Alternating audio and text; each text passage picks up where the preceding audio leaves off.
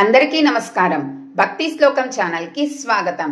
ముందుగా ఈ వీడియోకి ఒక లైక్ చేసి మన ఛానల్ని సబ్స్క్రైబ్ చేసుకోండి.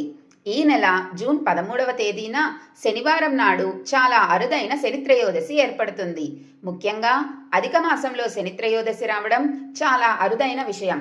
అధిక మాసంలో శనిత్రయోదశి అనేది శివకేశవులతో పాటు శనీశ్వరుని అనుగ్రహాన్ని పొందడానికి అత్యంత విశేషమైన రోజుగా భావిస్తారు.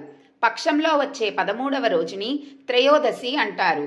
ఆ రోజు శనివారం వస్తే దానిని శనిత్రయోదశి అంటారు. సాధారణంగా సంవత్సరానికి 1 లేదా 2 సార్లు మాత్రమే ఈ శనిత్రయోదశి ఏర్పడుతుంది.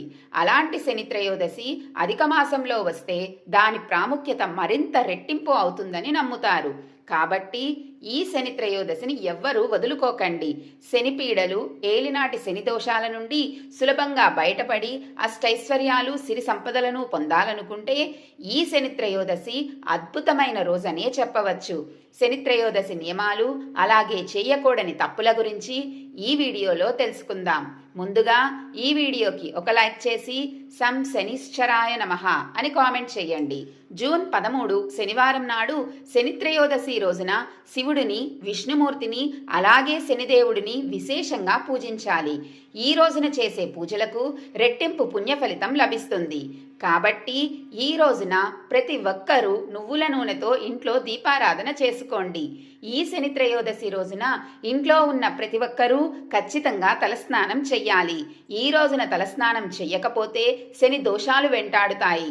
అయితే అనారోగ్య సమస్యలతో బాధపడేవారు, నరదృష్టి దోషాలతో ఇబ్బంది పడేవారు నీటిలో కొంచెం కల్లుప్పు వేసుకొని తలస్నానం చెయ్యండి. అనారోగ్య సమస్యలు, దిష్టి దోషాలన్నీ తొలగిపోతాయి. అలాగే ఈ శనిత్రయోదశి రోజున ఉప్పుతో దిష్టి తీసుకుంటే చాలా మంచిది. ముఖ్యంగా మీ ఇంట్లో ఉన్న చిన్నపిల్లలకు తప్పనిసరిగా ఉప్పుతో దిష్టి తీయండి. అన్నిటికన్నా ముఖ్యంగా ఈ శనిత్రయోదశి రోజున మీ ఇంటి గుమ్మానికి నిమ్మకాయలు మరియు మిరపకాయలను కట్టండి. ఒక నల్లటి దారానికి ఒక నిమ్మకాయ, 7 మిరపకాయలను కట్టి మీ ఇంటి గుమ్మం బయట వేలాడదీయండి. ఇలా చేస్తే మీ ఇంట్లో ఉన్న దరిద్ర దేవత వెంటనే బయటకు వెళ్ళిపోతుంది. అలాగే వంశాభివృద్ధి, స్థిరాస్తి లాభాలు కోరుకునేవారు మర్రి ఆకులకు పసుపు రాసి కుంకుమ బొట్లు పెట్టి మీ ఇంటి గుమ్మం బయట కట్టుకోండి. ఈ శనిత్రయోదశి రోజున ఏది చేసినా చెయ్యకపోయినా శనిదేవునికి తైలాభిషేకం చేస్తే చాలు. జాతక దోషాలు, శని దోషాలన్నీ తొలగిపోయి మీకు మంచి రోజులు ప్రారంభం అవుతాయి. కాబట్టి ఈ శనిత్రయోదశి రోజున మీ దగ్గరలో ఉన్న శివాలయానికి వెళ్ళి శివాలయంలో ఉన్న నవగ్రహాలకు 9 ప్రదక్షిణాలు చేసి నవగ్రహాలలో ఉన్న శనిదేవునికి నువ్వుల నూనెతో అభిషేకం చెయ్యండి. అయితే శనిదేవునికి నువ్వుల నూనెతో అభిషేకం చెయ్యలేని వారు శనిదేవుని పాదాల దగ్గర నీలం రంగు పుష్పాలను పెట్టి నమస్కారం చేసుకోండి. ఈ రోజున నవగ్రహాలకు ప్రదక్షిణాలు చేస్తే జాతక దోషాలన్నీ వెంటనే తొలగిపోతాయి. అయితే నవగ్రహాలకు ప్రదక్షిణాలు చేసిన తర్వాత కాళ్ళు, చేతులు శుభ్రంగా కడుక్కొని శివుడిని దర్శించుకుంటే మీ కుటుంబం మొత్తానికి శుభ ఫలితాలు కలుగుతాయి.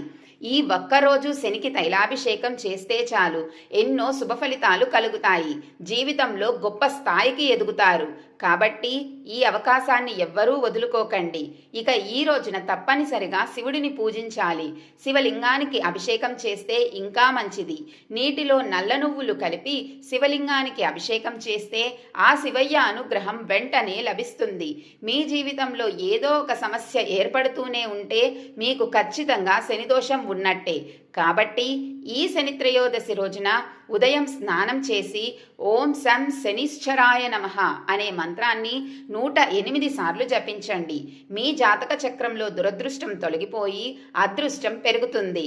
అలాగే ఈ శనిత్రయోదశి రోజున ఉపవాసం ఉంటే చాలా మంచిది.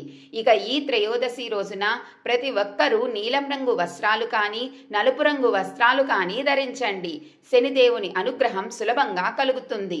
మన పురాణాల ప్రకారం ఈ శనిత్రయోదశి రోజున ప్రతి ఒక్కరూ శనిదీపం వెలిగించాలని నియమం ఉంది. ఈ శనిదీపాన్ని శివాలయంలో కానీ మీ ఇంట్లో కానీ వెలిగించవచ్చు. మీ ఇంటి హాల్లో పడమర దిశలో ఒక చెక్క పీఠాన్ని వేసి ఆ పీఠం పైన 2 మట్టి ప్రమిదలు పెట్టి అందులో నువ్వుల నూనె పోసి 8 వత్తులను ఒకటిగా కలిపి దీపం వెలిగించండి. ఈ దీపం పడమర ముఖంగా ఉండాలి. దీన్నే శని దీపం అని అంటారు. శని త్రయోదశి రోజున ఏ పరిహారం చెయ్యలేని వారు ఈ ఒక్క శని దీపం వెలిగిస్తే చాలు ఎన్నడూ లేని భోగభాగ్యాలు అష్టైశ్వర్యాలు చేకూరుతాయి. ఏలినాటి శని దోషాలన్నీ వెంటనే తొలగిపోతాయి.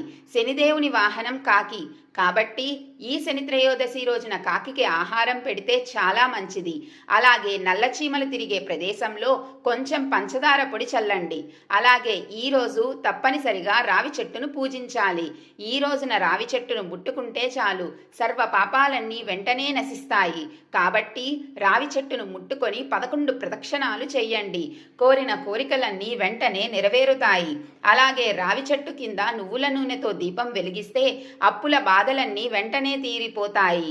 అలాగే ఈ రోజున జమ్మి చెట్టుకు ప్రదక్షిణాలు చేస్తే మీ పనుల్లో ఏర్పడే ఆటంకాలు తొలగిపోయి విజయాలు సాధిస్తారు. అలాగే ఈ రోజున ఒక జమ్మి మొక్కను కొని మీ ఇంటి పడమర దిశలో నాటితే మీ ఇంటికి ఉన్న వాస్తు దోషాలన్నీ తొలగిపోతాయి. ఇక ఈ శని త్రయోదశి రోజున పొరపాటున కూడా నల్లటి వస్తువులు, నల్ల నువ్వులు, ఉప్పు మరియు నూనె కొనకూడదు. కాబట్టి ఒకరోజు ముందుగానే వీటిని సిద్ధం చేసుకొని పెట్టుకోండి. ఇక ఈ రోజున శని ఆలయానికి వెళ్ళిన వారు శని దర్శనం ముగించుకొని బయటకు వచ్చిన తరువాత వెనక్కి తిరిగి చూడకూడదు. ఒకవేళ అలా చూస్తే దోష ప్రభావం మళ్ళీ మొదలవుతుందని నమ్మకం. అలాగే ఈ శని త్రయోదశి రోజున ఎట్టి పరిస్థితుల్లోనూ మాంసాహారం తినకూడదు. ఈ రోజున మాంసాహారం తింటే శనిదేవుడు ఆగ్రహానికి గురవుతారు. అలాగే ఈ రోజున జుట్టు కత్తిరించడం, గోళ్లు కత్తిరించడం అస్సలే చేయకూడదు. అలాగే ఈ శని త్రయోదశి రోజున కాలికి నల్లదారం కట్టుకుంటే చాలా మంచిది. ఒక నల్లటి దారాన్ని తీసుకొని దానికి 9 ముడులు వేయండి. ప్రతి ముడి వేసేటప్పుడు ఓం సం శనిశ్చరాయ నమః అని జపించాలి. ఈ నల్లటి దారాన్ని మగవారు కుడికాలికి, ఆడవారు ఎడమకాలికి ధరించండి. ఈ రోజున కాలికి నల్లదారం ధరిస్తే దృష్టి దోషం సోకదు, అనారోగ్య సమస్యలు తగ్గిపోతాయి. ముఖ్యంగా కీళ్ళ నొప్పులు, నడుము నొప్పులు వెంటనే తగ్గిపోతాయి. అలాగే ఈ రోజున ఆంజనేయ స్వామి దేవాలయానికి వెళ్ళి 5 ప్రదక్షిణాలు చేస్తే కోరిన కోరికలన్నీ తక్షణమే నెరవేరుతాయట. అలాగే హనుమాన్ చాలీసాను జపిస్తే చాలా మంచి జరుగుతుంది. ఎవరైతే ఆర్థిక సమస్యలతో ఇబ్బంది పడుతున్నారో అలాంటి వారు ఈ శని త్రయోదశి రోజున జమ్మి చెట్టుకు పసుపు కుంకుమలు వేసి నమస్కారం చేసుకుంటే ధనయోగం సిద్ధిస్తుంది. అలాగే మీ భర్త సంపద పెరగాలంటే ఈ త్రయోదశి రోజున ఒక ఎరుపు రంగు వస్త్రంలో ఒక ముద్ద కర్పూరం, 2 లవంగాలు, 2 యాలకులను వేసి మూటకట్టి మీ బీరువాలో పెట్టుకోండి. దీనివల్ల ధనాకర్షణ పెరిగి మీ భర్త సంపద పెరుగుతుంది. ఇక ఉద్యోగ ప్రయత్నాలు చేసేవారు నీలం రంగు పుష్పాలతో శనిదేవుడిని పూజిస్తే ఖచ్చితంగా ఉద్యోగ ప్రాప్తి కలుగుతుంది. ఇక జాతకంలో రాహుకేతు దోషాలతో బాధపడేవారు ఈ రోజున నల్ల కుక్కలకు ఆహారం పెట్టండి. రాహుకేతు దోషాలన్నీ తొలగిపోతాయి. అలాగే నల్లటి ఆవుకు ఆహారం తినిపిస్తే ముక్కోటి దేవతల అనుగ్రహం వెంటనే కలుగుతుంది. ఇక కటిక పేదరికంతో ఇబ్బంది పడేవారు చెరువులో ఉండే చేపలకు ఆహారం వెయ్యండి. ఆకస్మిక ధనలాభాలు కలిసి వస్తాయి. ఇక ఈ శని త్రయోదశి రోజున నువ్వులు దానం చేస్తే చాలా మంచిది. శివాలయంలో ఉన్న బ్రాహ్మణులకు నల్ల నువ్వులు దానం చేసి వారి ఆశీర్వాదాన్ని తీసుకోండి. అలాగే కోర్టు కేసులతో ఇబ్బంది పడేవారు ఈ రోజున ఎవరికైనా పేదవారికి గొడుగు దానం చెయ్యండి. కోర్టు సమస్యలు వెంటనే తొలగిపోతాయి. ఇక ఈ శని త్రయోదశి రోజున ఇంట్లో అన్నం వండిన తరువాత కొద్దిగా అన్నంలో నల్ల నువ్వులు, నెయ్యి కలిపి ముద్దలాగా చేసి ఆ అన్నం ముద్దను మీ ఇంటి పడమర దిశలో పెట్టండి. ఇలా చేస్తే మీ ఇంటిపై ఉన్న చెడు ప్రభావాలన్నీ నశిస్తాయి. మీ జీవితంలో ఏమీ లేని స్థాయి నుండి గొప్ప స్థాయికి ఎదగాలంటే ఈ శని త్రయోదశి రోజున 7 రకాల ధాన్యాలను పక్షులకు ఆహారంగా వేయండి. ఇలా చేస్తే ఆకస్మిక సంపదలు కలిసి వస్తాయి. క్షీరసాగర మదనం జరిగినప్పుడు అమృతం ఉద్భవించిన తరువాత ఆ పరమేశ్వరుడు విషాన్ని కంఠంలో దాచుకొని సర్వలోకాలను రక్షిస్తాడు. శివుడికి కృతజ్ఞతలు చెప్పడానికి దేవతలందరూ శివుడి వద్దకు వెళ్ళిన రోజే ఈ త్రయోదశి తిథి. కాబట్టి ఈ శని త్రయోదశి అంటే పరమేశ్వరుడికి చాలా ప్రీతికరమైనది. ప్రస్తుతం శని భగవానుడు మీనరాశిలో సంచారం చేస్తున్నాడు. అందువల్ల మేష, మిథున, కర్కాటక, సింహ, కన్య, వృశ్చిక, ధనస్సు, కుంభ, మీనరాశులలో జన్మించిన వారు ఈ శని త్రయోదశి రోజున శనిదోష నివారణార్థం ప్రత్యేక పూజలు చేయడం ఎంతో శ్రేయస్కరం. ముందుగా దగ్గరలోని శివాలయానికి వెళ్ళి భక్తి శ్రద్ధలతో ఓం నమః శివాయ అనే మంత్రాన్ని జపిస్తూ శివాలయం చుట్టూ 11 లేదా 27 ప్రదక్షిణాలు చేయాలి.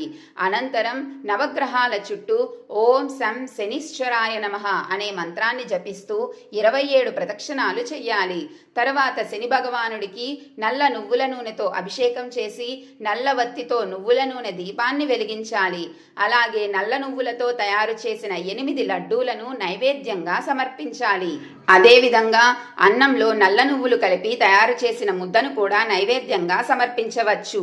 ఈ విధంగా భక్తి శ్రద్ధలతో పూజలు చేసినట్లయితే శని దోషాల ప్రభావం తగ్గి శని భగవానుని అనుగ్రహం లభిస్తుందని శాస్త్రాలు తెలియచేస్తున్నాయి. మీకు ఈ వీడియో నచ్చిందా? అయితే ఈ వీడియోకి ఒక లైక్ చేసి మన భక్తి శ్లోకం ఛానల్ని సబ్స్క్రైబ్ చేసుకోండి. మరొక మంచి వీడియోతో మళ్ళీ కలుద్దాం. సర్వే జనా సుఖినో భవంతు.